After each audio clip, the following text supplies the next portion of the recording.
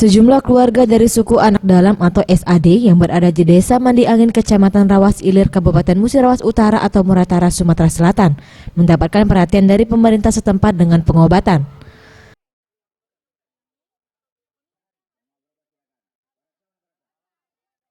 Petugas medis bersama polisi berjuang menggunakan sepeda motor dengan menempuh waktu 1,5 jam lebih mendatangi pemukiman warga suku Anak Dalam yang berada di area perkebunan.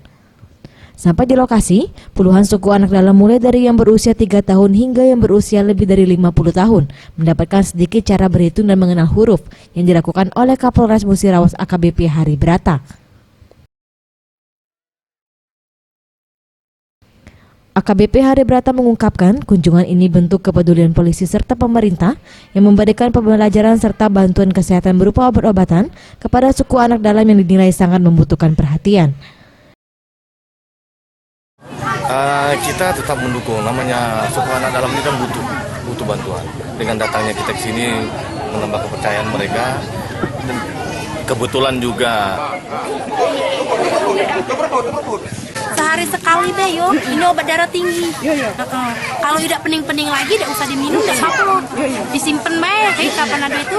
Kalau bisa puskesmas, kalau dibingin di sana. Minta ini obat.